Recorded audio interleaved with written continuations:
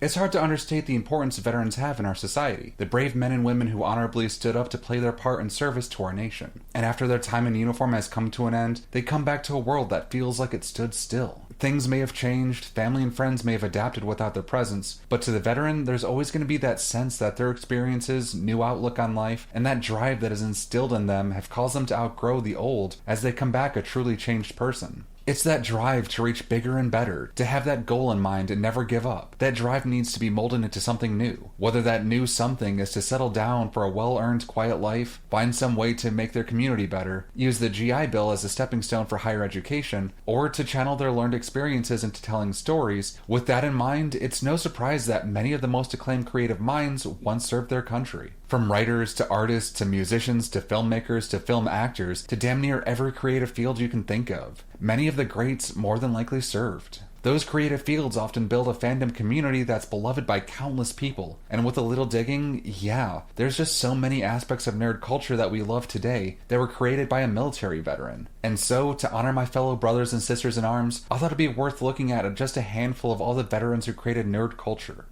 Let's get into it.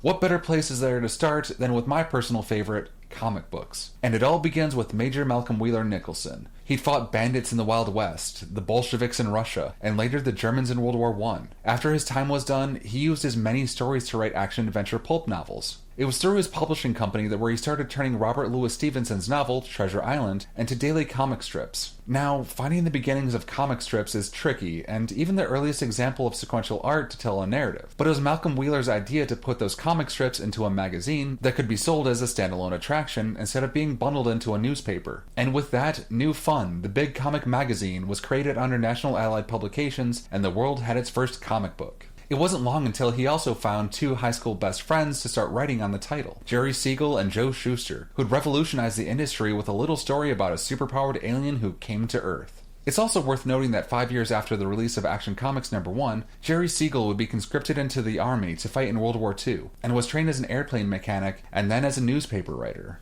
Over on the Marvel side, well, at the time it was called Timely Comics, their young staff of writers and artists would also be called upon to enlist in World War II. Joe Simon, the writer and editor who wrote the story of Captain America clocking Hitler in the jaw a whole 1 year before the bombing of Pearl Harbor, he enlisted in the Coast Guard to make sure that never happened on the East Coast. As for Captain America's other co-creator, Jack Kirby, he joined the army and then was in Normandy 10 days after D-Day. Eventually, almost everyone on Timely's early staff would be called up to join the military. Legendary artists Sid Shore and Al Avison would both join the army. And of course, one of their last employees left, the 19-year-old interim editor, Stan the Man Lee, would also eventually be called upon. Stan Lee began his time in the army doing communications equipment repair, but was later transferred to help write training films and manuals. His unit then was stacked with a who's who of veteran creatives. Frank Capra, the director of It's a Wonderful Life, Theodore Giesel, aka Dr. Seuss, and of course, another cartoonist / comic creator that makes for a great transition into horror, Charles Addams of the Addams Family.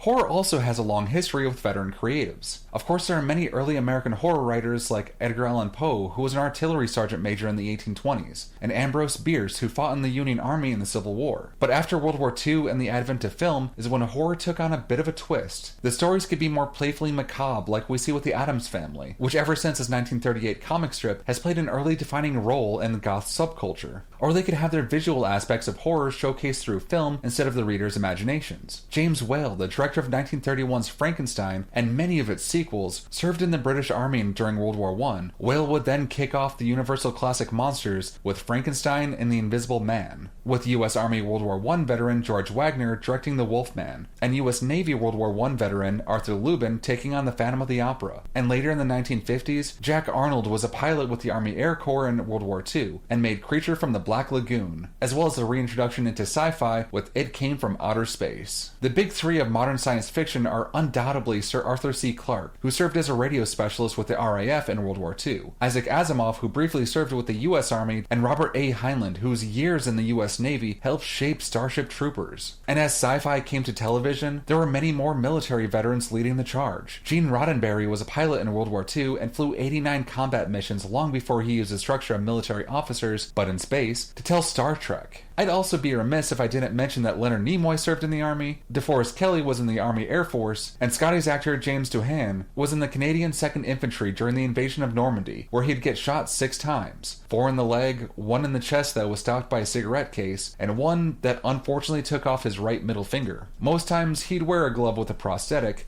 but if you look closely, you can actually see his missing digit in some scenes. We also have Rod Serling, the creator of Twilight Zone, who was an Army paratrooper who fought in the liberation of the Philippines in World War II. It's said that his unit took some of the heaviest losses in the entirety of the conflict, and it haunted him for the rest of his life. The episode The Purple Testament was even inspired by his time in World War II, with the episode revolving around a soldier who could tell when his squad mates were about to die, but couldn't do anything about it. 2 other major sci-fi franchises also had veterans in leading roles. Donald Wilson, the co-creator of Doctor Who, served in World War II under the Cameronians, the Scottish Rifles, as well as Gary Kurtz, a Marine Corps veteran of the Vietnam War, went on to produce Star Wars: A New Hope and Empire Strikes Back. And to link us into some of the other areas of nerd culture, Forrest James Ackerman was a key contributor to one of the first sci-fi fanzines, but his biggest impact on nerd culture came when he and his then-girlfriend Myrtle Douglas unintentionally wore costumes to the first World Science Fiction Convention, believing that everyone else would also be wearing costumes. But no, that wasn't a thing yet. But it caught on. They inadvertently invented the entirety of cosplay. Ackerman actually joined the Army 3 years after that happened, and from what I can gather, that's also around the same time that him and Myrtle broke up. Which, I'm just gonna say it, he's certainly not the first, and definitely won't be the last guy to join the Army after a heartbreak. And gaming, the father of video games himself, Ralph H. Baer, the inventor of the Brown Box and later Magnavox Odyssey, which allowed video games to be played outside of a military base, was in the US Army Military Intelligence in World War II, and he used the GI Bill to learn everything he could about engineering. And even outside the video game side of gaming, an Army officer in 1873 named Charles A.L. Totten took the military's practice of wargaming, where you take tiny little figurines to represent forces or units to build a strategy. He decided to create a system where he'd add some unpredictability to the mix, where you'd use dice, and make it a game called Strategos. It flopped and was forgotten about, but almost 100 years later, it was rediscovered by a college student who later became an Army officer named David Wesley. He molded the rules to make it a bit more turn-based, and he gave the players their roles to play at the table. And thus, tabletop gaming was invented. Wesley gave this framework to his friends and classmates Dave Arneson and Gary Gygax, who would go on to create Dungeons & Dragons. But what about the rest of fantasy? I guess I need to talk about probably the most influential creative mind in the entirety of nerd culture, and how his work was heavily influenced by his time in the First World War, J.R.R. Tolkien. In his lifetime, Tolkien mostly rejected the idea that The Lord of the Rings, The Hobbit, and all his other Middle-earth writings were one-to-one comparisons. War is complicated, and there's no clear-cut good versus evil like in his novels. War itself is just hell, and it can't be wrapped up nicely by the closing of the final page. And sure, the Dead Marshes can be seen as a parallel to the horror Tolkien experienced in the Battle of the Somme, but he maintained that it was more of a drawn inspiration rather than a this is it kind of a deal. Yet, with my time in the Army, I still see myself reflected in Frodo, just as many veterans can, and just as Tolkien himself probably wrote down. He came from a small, unsuspecting town where nothing of note happened. He hears stories of grand places beyond from his older family member who had his adventure, so now he goes on one of his own. He meets many great people along the way, and he does many great things. Yet, all these experiences come with great loss and with great pain. And after it's all said and done, there can be celebration, yes. Everyone can cheer him on and say how one tiny person can change everything. But how does Frodo just slot back into normal life in the Shire after everything that happened to him? Or for the book readers, how do you come back to an idyllic home life that's been scoured by greed and war? Some can settle back into normal life, and that's great. However, Frodo can't. He can't just go back to being a gardener like Sam did. There's nothing left for him in his old life, and all he has left is the physical pain and memories. So he just has to leave it all behind to go find out what's next. I know there are many other great military veterans who left a lasting impact on geek culture, but I want to hear from you guys. Let me know in the comments down below.